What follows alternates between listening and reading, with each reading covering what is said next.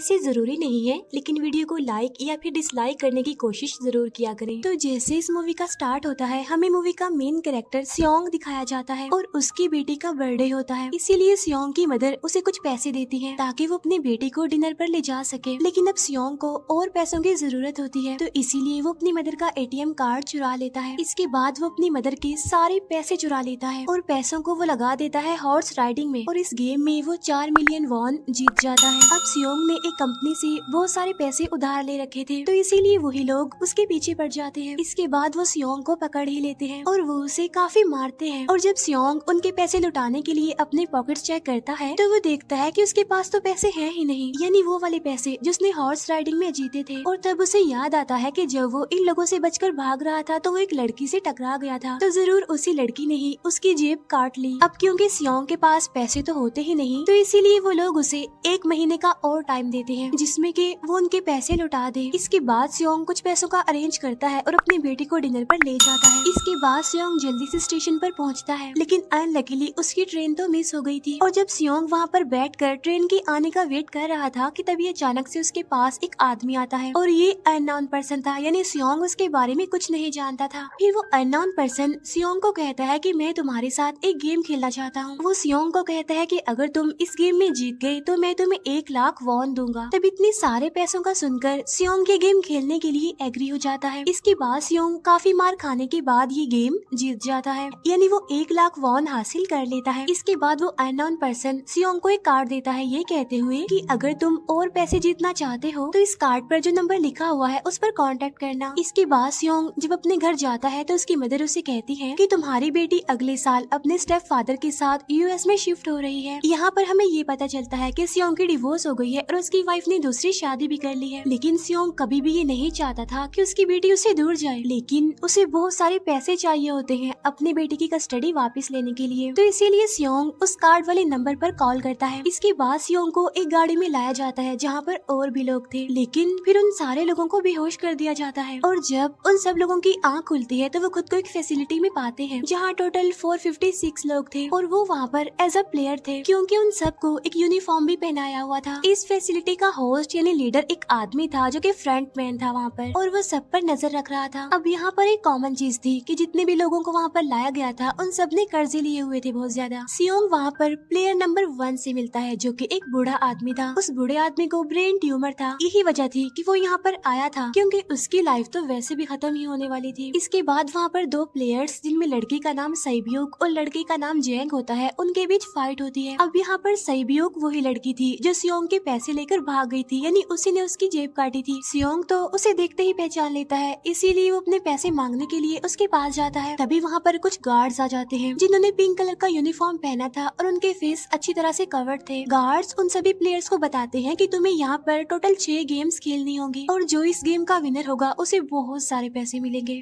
इसके बाद उन सबसे एक कॉन्ट्रैक्ट पर साइन करवाया जाता है और इस कॉन्ट्रैक्ट के 3 मेन रूल्स थे। पहला रूल ये कि कोई भी प्लेयर अपनी मर्जी से गेम को छोड़कर नहीं जा सकता। दूसरा रूल ये होता है कि जो भी प्लेयर खेलने से मना करेगा तो उस प्लेयर को एलिमिनेट कर दिया जाएगा, और उनके मुताबिक एलिमिनेट का मतलब क्या था ये तो हम आगे ही जानेंगे। गेम का तीसरा रूल ये था कि अगर मेजोरिटी इस गेम को खेलना नहीं चाहती तो वो इस गेम को छोड़कर जा सकते हैं। इसके बाद उन सबको गेम के लिए ले जाया जाता है। अब यहाँ पर सियोंग अपने क्लासमेट सैंगवू से भी मिलता है जो कि उसे बचपन से जानता था। सियोंग उसे वहाँ पर देखकर काफी हैरान होता है क्योंकि वो तो किसी बिजनेस के लिए आउट ऑफ कंट्री चला गया था। अब पहले गेम के लिए वहाँ पर एक काफी बड़ी डॉल थी और इस गेम का रूल काफी सिंपल था, और वो ये था कि डॉल जब भी गाना गाएगी उन सबको आगे बढ़ना है, और जैसे ही वो गाना गाना बंद करेगी तो उन सबको रुक जाना है और मूव नहीं करना है, और अगर कोई हिल गया तो उसे एलिमिनेट कर दिया जाएगा। अब स्टार्टिंग में तो ये सब कुछ उन्हें किसी प्रैंक की तरह लग रहा था, लेकिन जब एक लड़का हिल जाता है तो उसे शूट करके मार दिया जाता है, और यही होता है एलिमिनेट का मतलब, यानी उन्हें मार दिया जाएगा। अब ये देखकर वो सारे लोग काफी घबरा जाते हैं और उन्हें पता चल चुका था कि वो खतरे में है, इसीलिए लोग डरते हुए पैनिक करते हुए इधर उधर भागने लगते हैं।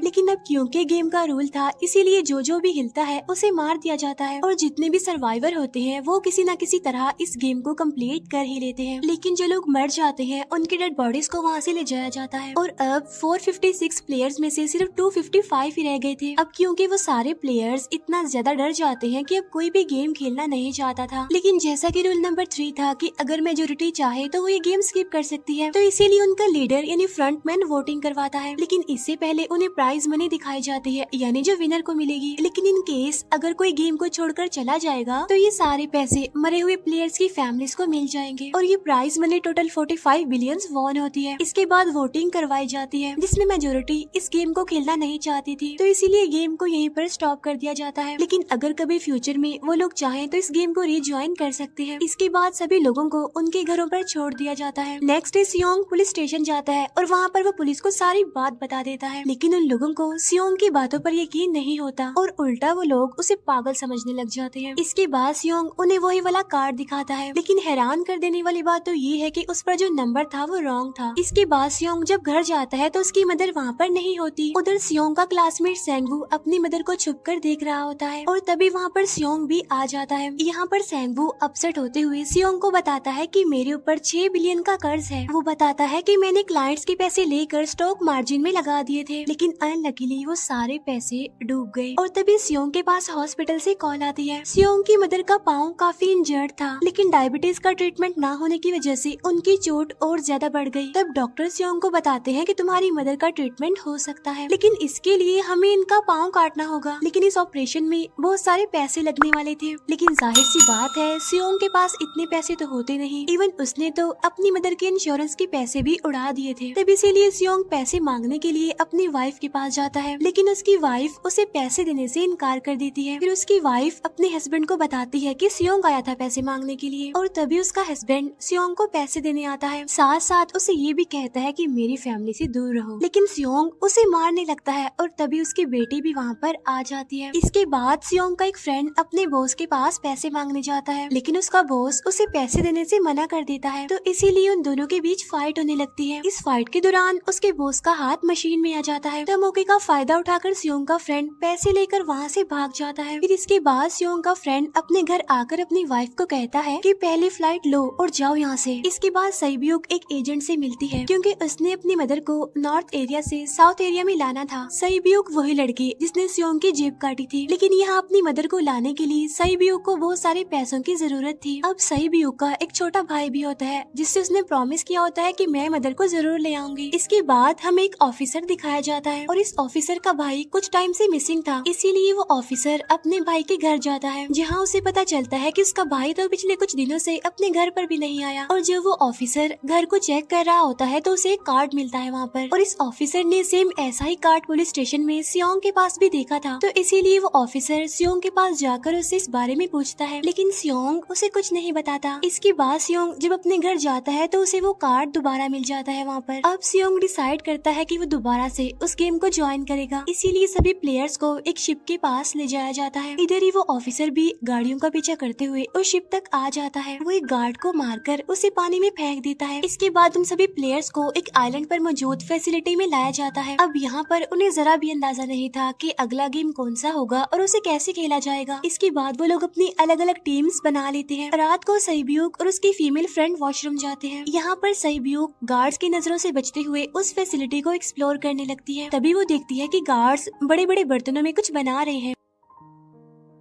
लेकिन अब क्योंकि गार्ड्स को शक हो जाता है तो ये गार्ड वॉशरूम्स को चेक करने के लिए आता है, लेकिन तब तक सईब्यूक वापस आ चुकी थी। इसके बाद सईब्यूक अपनी फीमेल फ्रेंड को सारी बात बता देती है जो उसने देखा था, लेकिन यहाँ पर सेंगवू उन दोनों की बातें सुन लेता है और वो इस बारे में सईब्यूक से पूछता है, जिस पर सईब्यूक बताती है कि वो बड़े बड़े बर्तनों में कुछ पका रहे थे। इसके बाद उन सभी प्लेयर्स को प्ले ग्राउंड में लाया जाता है, जहाँ पर उनके सामने 4 शेप्स थी। 4 शेप्स में से उन्होंने किसी एक शेप को चूज करना था। अब यहाँ पर सेंगवू को पता चल जाता है कि गेम क्या है और क्या करना है हमें। सेंगवू सियोंग को बताता है कि सबने अलग अलग शेप्स को चुनना है। इसके बाद उन सभी को एक छोटा सा बर्तन दिया जाता है जिसमें की शेप्स बनी होती है। अब गेम उनकी ये होती है कि उन्होंने किसी तरह उस शेप को बाहर निकालना है बगैर डैमेज किए, लेकिन अगर शेप जरा से भी खराब हो गई तो उन्हें एलिमिनेट कर दिया जाएगा, यानी मार दिया जाएगा। अब यहाँ पर सेंगवू तो इजिली उस शेप को निकाल लेता है, लेकिन सियोंग इतना ज्यादा घबरा जाता है कि उसकी हालत खराब होने लगती है, लेकिन फिर वो किसी न किसी तरह करके इस गेम को भी जीत लेता है। इसके बाद उन सबको वापस से रूम में लाया जाता है। अब यहाँ पर 187 प्लेयर्स वापस आए थे, जिनमें से अब सिर्फ 108 ही रह गए थे। इसके बाद उन सबको खाने के लिए ले जाया जाता है, लेकिन खाने की वजह से जैंग की एक लड़के से फाइट हो जाती है, जहाँ पर जैंग उस लड़के को इतना ज्यादा मारता है कि वो मौके पर ही मर जाता है। इधर ही हम देखते हैं कि उन प्लेयर्स में से एक डॉक्टर होता है जो गार्ड्स के साथ मिलकर मरे हुए लोगों के ऑर्गन्स निकाल कर उन्हें चाइनीज को बेचने का काम करता है। इसीलिए जब भी डेड बॉडीज को ले जाया जाता है तो वो डेड बॉडीज को गायब कर लेते हैं, क्योंकि ये सब कुछ एक प्लान के अकॉर्डिंग चल रहा था, क्योंकि ये सारा कुछ फ्रंट मैन से छुप कर हो रहा था। यही वजह थी कि कंट्रोल रूम में भी उन्होंने अपना ही एक आदमी बिठाया हुआ था जो कि उन लोगों की सारी वीडियो फुटेज डिलीट कर देता था, और गार्ड्स तो डॉक्टर को गेम के बारे में पहले ही बता देते थे ताकि वो सरवाइव कर सके। यहाँ पर एक गार्ड उसी प्लेयर डॉक्टर को बताता है कि आज हमने प्लेयर्स को जानबूझकर खाना कम दिया है ताकि वो आपस में लड़ने लगे, जिससे होगा ये कि सारे वीक प्लेयर्स गेम से आउट हो जाएंगे। साथ ही गार्ड डॉक्टर को अपनी अगली गेम के बारे में बता देता है। अब 30 मिनट के बाद वहाँ पर लाइट्स ऑफ होने वाली थी। अब यहाँ पर सेंगवू को पता था कि सियोंग की टीम जरूर कोई उल्टा काम करेगी, इसीलिए वो उस टीम को अपने पास बुलाकर उन्हें रिलैक्स रहने के लिए कहता है। उधर वो जो डॉक्टर प्लेयर होता है वो जैंग की टीम में शामिल हो जाता है। यहाँ पर डॉक्टर जैंग को बता देता है कि अगला गेम क्या होने वाला है। इसके बाद लाइट्स ऑफ हो जाती है और जैंग अपनी टीम के साथ मिलकर बाकी सभी को मारने लगता है। जैंग एक लड़की को मारकर सईब्यू को मारने जाता है, लेकिन तभी सियोंग उसे बचा लेता है। इसके बाद गार्ड्स वहाँ पर आकर उन सभी को रोक लेते हैं और अब टोटल 80 लोग रह गए थे। इसके बाद उन सभी को तीसरे गेम के लिए ले जाया जाता है और यहाँ पर उन्हें 10-10 प्लेयर्स की एक टीम बनाने के लिए कहा जाता है, और वो लोग ऐसा ही करते हैं, अपनी अपनी टीम बना लेते हैं। अब क्योंकि जैंग को अगली गेम के बारे में पहले ही पता होता है, इसीलिए वो सईब्यू की फीमेल फ्रेंड को अपनी टीम में नहीं रखता और वो अपनी टीम में सिर्फ मर्दों को ही रखता है। इसके बाद सेंगवू भी अपनी एक टीम बना लेता है। अब क्योंकि उन्हें एक प्लेयर की जरूरत थी तो इसीलिए सईब्यू की फीमेल फ्रेंड उनके टीम में शामिल हो जाती है, और ये गेम असल में टग ऑफ वॉर का होता है, यानी उन्होंने अपने सामने वाली टीम को नीचे गिराना था। इसके बाद गेम स्टार्ट हो जाती है और जैंग की गेम बड़ी आसानी से इस गेम को जीत लेती है। इसके बाद बारी होती है सेंगवू की टीम की। तब प्लेयर नंबर 1 यानी वो बूढ़ा आदमी कहता है कि मैंने अपनी जिंदगी में बहुत सारी टग ऑफ वॉर्स खेल रखी हैं, इसीलिए उन सबको गाइड करता है कि इस गेम को कैसे जीतना है।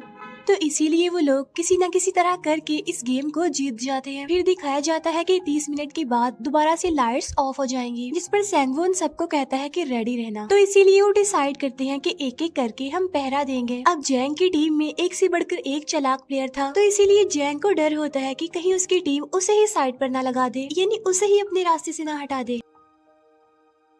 दूसरी तरफ डॉक्टर और गार्ड्स मिलकर डेड बॉडी की ऑर्गन्स निकाल रहे होते हैं और इन ऑर्गन्स को डिलीवर करने जाना था गार्ड नंबर 28 एंड 29। तब वो सभी एक डेड बॉडी के बारे में बातें करने लगती हैं जिसकी सिर्फ एक किडनी थी और वो उसे ज़ॉम्बी कह रहे थे। अब यहाँ पर जो गार्ड नंबर 29 था, यानी जिसने वो ऑर्गन्स डिलीवर करने जाने थे, वो कोई और नहीं बल्कि वो ऑफिसर था जो गार्ड के बेस में वहाँ पर आया था। और ये सब बातें सुनकर उसे शक होता है कि शायद ये लोग मेरे भाई की बात कर रहे हैं, क्योंकि उसकी भी एक ही किडनी थी। इसके बाद नंबर 28 और 29 यानी वो ऑफिसर ऑर्गन्स को डिलीवर करने के लिए चले जाते हैं। रास्ते में वो ऑफिसर नोटिस करता है कि टनल में तो बॉम्ब लगा हुआ है। तब नंबर 28 उसे बताता है कि जब हम यहाँ से बाहर निकलेंगे तो इस जगह को ब्लास्ट कर दिया जाएगा। अब यहाँ पर वो ऑफिसर नंबर 28 से और इन्फॉर्मेशन लेने की कोशिश करता है, इसीलिए नंबर 28 को उस पर डाउट होने लगता है, इसीलिए वो उस ऑफिसर को अपना फेस दिखाने के लिए कहता है। अब यहाँ पर वो ऑफिसर अपना फेस भी दिखा देता है, साथ साथ वो नंबर 28 पर गन पॉइंट भी कर देता है। साथ साथ वो ऑफिसर उससे एक किडनी वाले आदमी के बारे में पूछता है कि वो कौन है जिसे तुम ज़ॉम्बी कहते थे, जिस पर वो नंबर 28 उससे कहता है कि वो तो एक लड़की थी। अब यहाँ पर नंबर 28 उस ऑफिसर को कहता है कि तुम लीडर के रूम में जाकर सारी इन्फॉर्मेशन देख सकते हो, वहाँ पर सबका डाटा है। ये जानने के बाद वो ऑफिसर नंबर 28 को मार डालता है। उधर वो डॉक्टर गार्ड से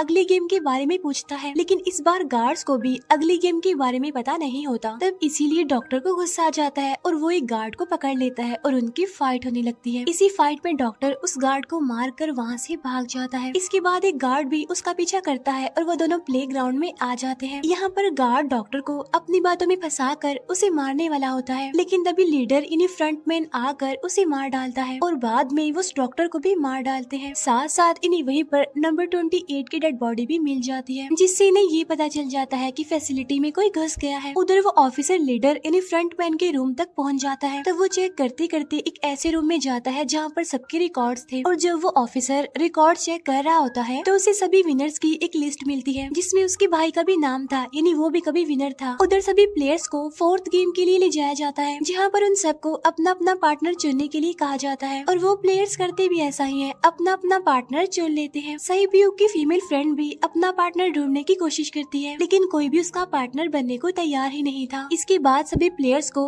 10-10 मार्बल्स दिए जाते हैं। असल में ये गेम ऐसी होती है कि एक प्लेयर को अपने पार्टनर से सारे मार्बल्स लेने होते हैं बगैर कोई जोर जबरदस्ती किए, और जो दूसरा पर्सन होगा यानी जिसके पास मार्बल्स नहीं होंगे उसे मार दिया जाएगा। फिर सैंगवू और सियोंग का फ्रेंड ऑड और इवन का गेम खेलते हैं, जिसमें कि उन्होंने गेस करना था कि सामने वाले के हाथ में कितने मार्बल्स हैं। अब यहाँ पर सियोंग का फ्रेंड सैंगवू के सारे मार्बल्स जीत जाता है, जिसकी वजह से लास्ट में सैंगवू के पास सिर्फ एक ही मार्बल बचता है। अब क्योंकि सैंगवू को पता चल चुका था कि अब वो बच नहीं पाएगा, इसीलिए वो सियोंग के फ्रेंड को अपनी बातों में फंसा कर उसे ये यकीन दिलाता है कि अगर हम में से कोई भी हार गया तो हारे हुए लोगों का मैच दोबारा करवाया जाएगा। अब यहाँ पर सैंगवू धोखे से सियोंग के फ्रेंड के सारे मार्बल्स चेंज कर देता है। इसके बाद सैंगवू मार्बल्स लेकर गार्ड को दे देता है और वहाँ से बाहर चला जाता है, और जब सियोंग का फ्रेंड मार्बल्स चेक करता है तो वहाँ पर पत्थर होते हैं। उधर प्लेयर नंबर 1 यानी उस बूढ़े आदमी की हालत खराब हो रही थी, इसीलिए वो तो इधर उधर घूम रहा था, लेकिन सियोंग किसी तरह उसे खेलने के लिए एग्री कर लेता है। अब यहाँ पर वो दोनों यानी वो बूढ़ा आदमी और सियोंग भी इवन आउट खेलते हैं। अब इनमें से वो बूढ़ा आदमी सियोंग के सारे मार्बल्स जीत जाता है, लेकिन लास्ट राउंड में वो बूढ़ा आदमी भूल जाता है कि उसने क्या चूज किया था। तो यहाँ पर सियोंग उसे बातों में फंसा कर उसके सारे मार्बल्स ले लेता है, लेकिन यकीन मानिए कि वो बूढ़ा आदमी काफी चालाक था। उसने एक मार्बल अपने पास ही रखा हुआ था और वो दोबारा से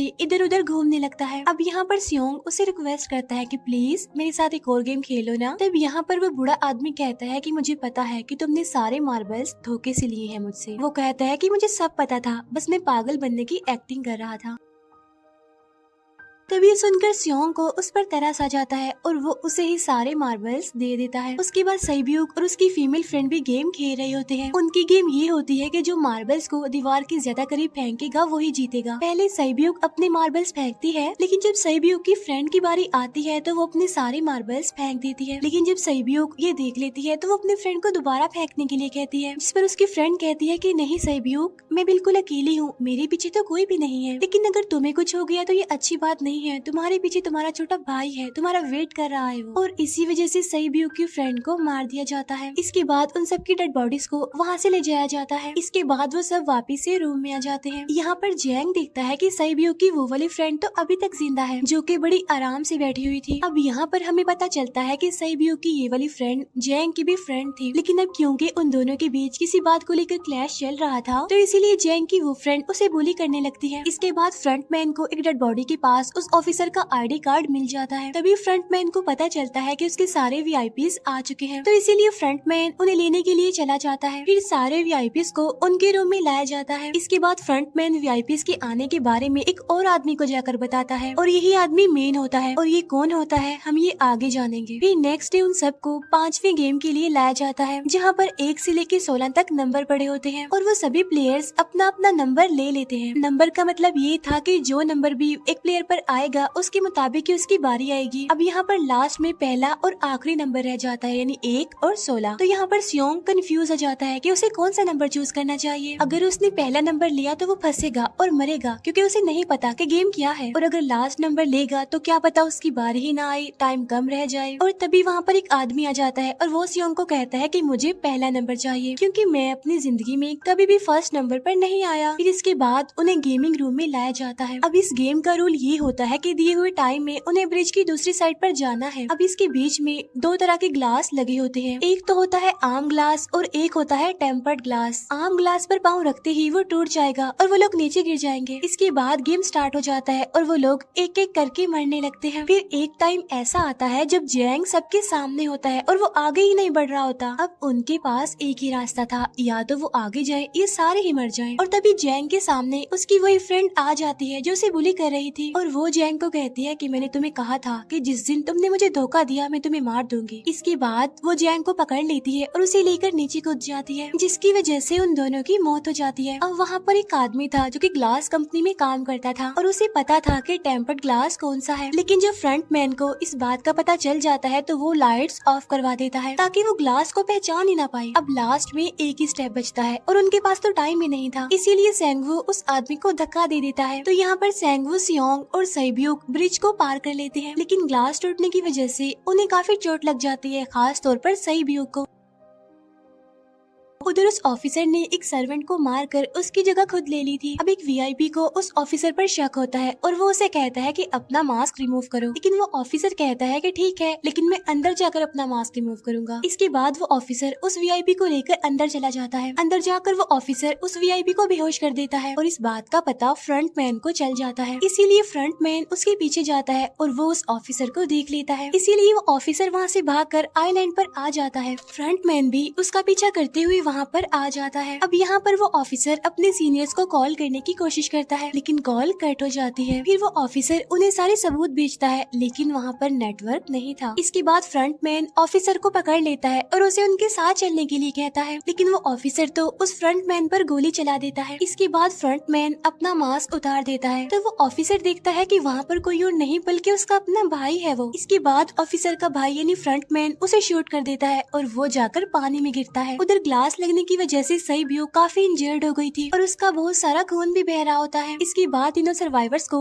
डिनर के लिए ले जाया जाता है और उनके पास एक एक नाइफ भी रख दिया जाता है, मतलब रात में उन तीनों में से कोई भी एक दूसरे को मार देगा। तभी सियोंग नोटिस करता है कि सैब्यूक की हालत काफी खराब है, इसीलिए वो सैब्यूक को कहता है कि फिक्र मत करो, हम दोनों साथ हैं और इस गेम में हम दोनों मिलकर सेंगवू को हरा देंगे। इसके बाद हम दोनों यहाँ से बाहर निकल जाएंगे और पैसों को आधा आधा डिवाइड कर लेंगे। सैब्यूक उसे बताती है कि मेरा एक छोटा भाई है जिसे मैं ऑर्फनेज में छोड़कर आई हूँ, और अगर हम दोनों में से कोई भी जिंदा बचकर बाहर जाएगा तो उसे उन दोनों की फैमिलीज का ख्याल रखना होगा। अब सैब्यूक की हालत काफी खराब थी, उसे डॉक्टर की जरूरत थी, इसीलिए सियोंग कोई मदद लाने के लिए जाता है, लेकिन जब तक वो वापस आता है तब तक सेंगवू सैब्यूक को मार चुका था। फिर नेक्स्ट डे उन दोनों को गेम नंबर 6 यानी लास्ट गेम के लिए ले जाया जाता है। गेम का रूल बड़ा ही सिंपल था कि मार दो या मर जाओ, और इस गेम का नाम होता है स्क्विड गेम। इसके बाद गेम स्टार्ट हो जाती है और उन दोनों के बीच काफी फाइट होती है, लेकिन लास्ट में सेंगवू की हालत खराब होने लगती है। तभी सियोंग कहता है कि मैं इस गेम को रोकना चाहता हूँ, और तभी सियोंग सेंगवू को उसके साथ चलने के लिए कहता है, लेकिन सेंगवू तो अपने आप को ही मार डालता है, जिसकी वजह से सियोंग गेम जीत जाता है। फिर फ्रंट मैन सियोंग को कहता है कि तुम बहुत अच्छा खेले, लेकिन मुझे इसकी उम्मीद नहीं थी। इसके बाद सियोंग को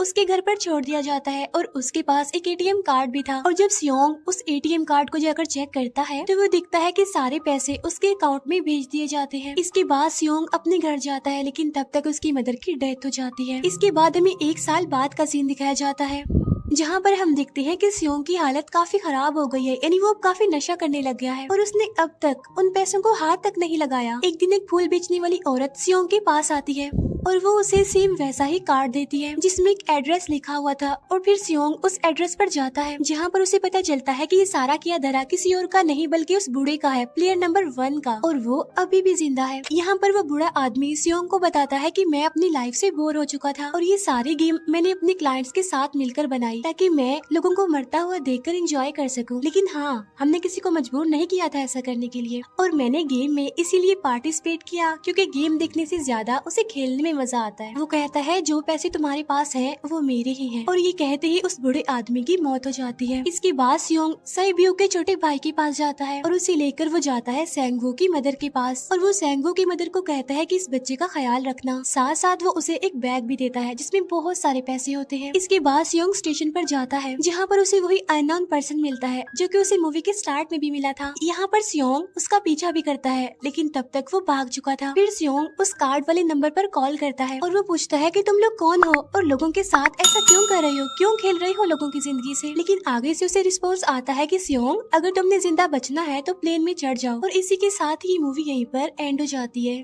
थैंक यू फॉर वॉचिंग। खत्म। Bye bye, tata, good bye, गया।